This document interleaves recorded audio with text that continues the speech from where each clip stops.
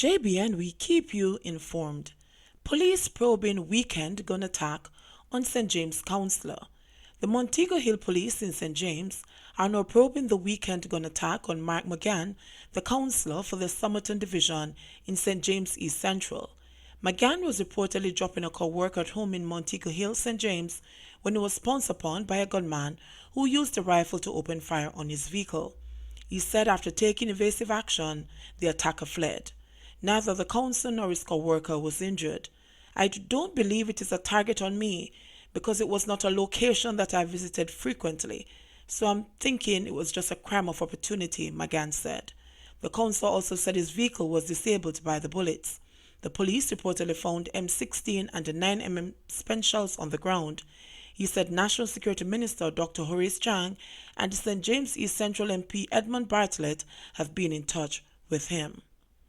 Cops implicated in Vanessa Kirkland's death sentenced to 14 years and 6 months imprisonment each. The three cops found guilty of manslaughter in relation to the death of 16-year-old schoolgirl Vanessa Kirkland in March 2012 have each been sentenced to 14 years and 6 months imprisonment. Constables Andrew Wayne Smith, 35, Dervin Ailes, 33, and Anna K. Bailey, 27, were on February 8 found guilty of manslaughter by a 7-member jury in the Home Circuit Court in downtown Kingston.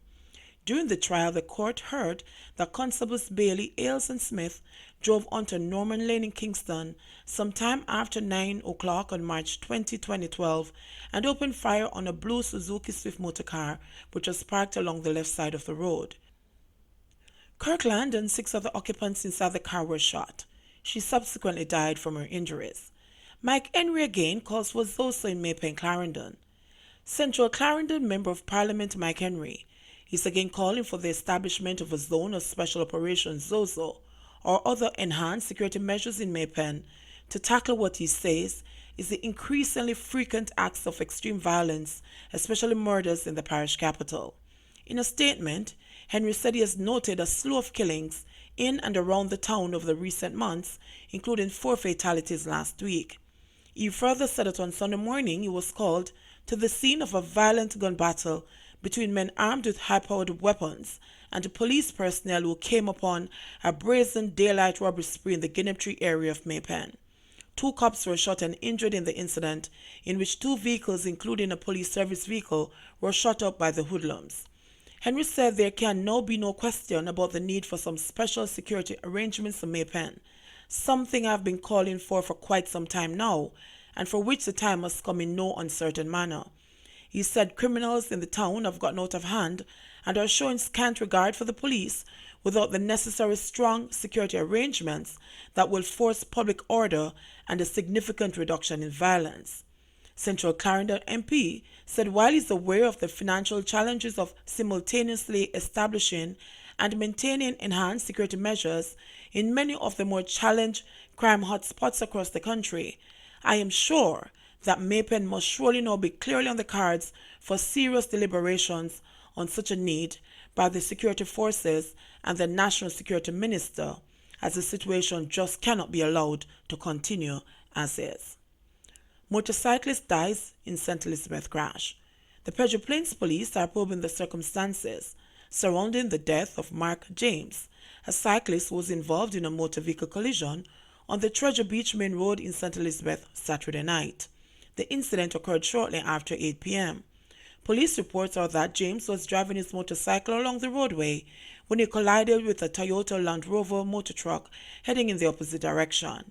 He was taken to the hospital where he succumbed to his injuries. The police said the driver of the motor truck was warned for prosecution. Investigations continue. PMP seeks meeting with Police Commissioner after Maypen attack. The opposition People's National Party PMP is seeking an urgent meeting with Police Commissioner Major General Anthony Anderson to address what he calls the worsening crime situation facing the country. In making the call in a statement on Monday, the party's Shadow Minister of National Security, Fitz Jackson, said urgent and effective steps must be taken to stem the deteriorating law and order situation. According to him, the current situation is threatening peaceful existence in several communities and causing fear and panic among a wide cross-section of Jamaicans in every parish. Opposition leader Dr. Peter Phillips will be seeking a meeting with Anderson against the background of what Jackson described as the current flare-up of violence and the brazen display of criminality in Mape and Clarendon over the weekend.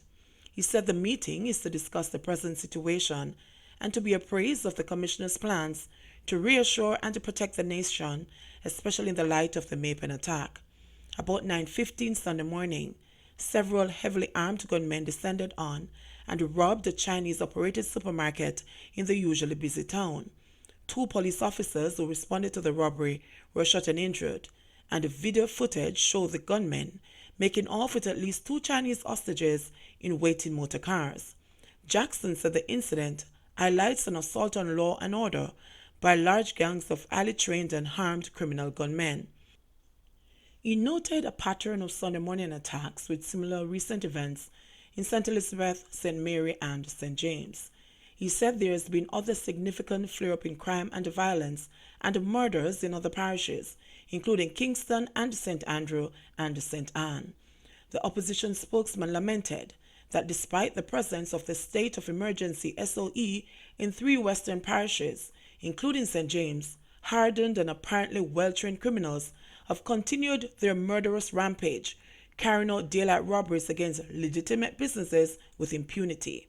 The shock and awe effect of the SOE has waned, and again proves that it only serves as a band-aid to the wanton brutality that has been unleashed on communities across the island.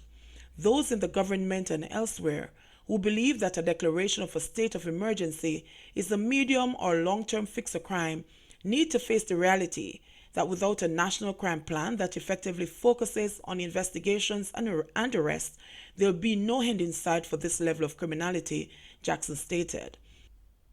Jackson also announced that Phillips and himself would be traveling to Mapen on Monday afternoon to visit Sergeant David Craddock, who remains in hospital nursing gunshot wounds.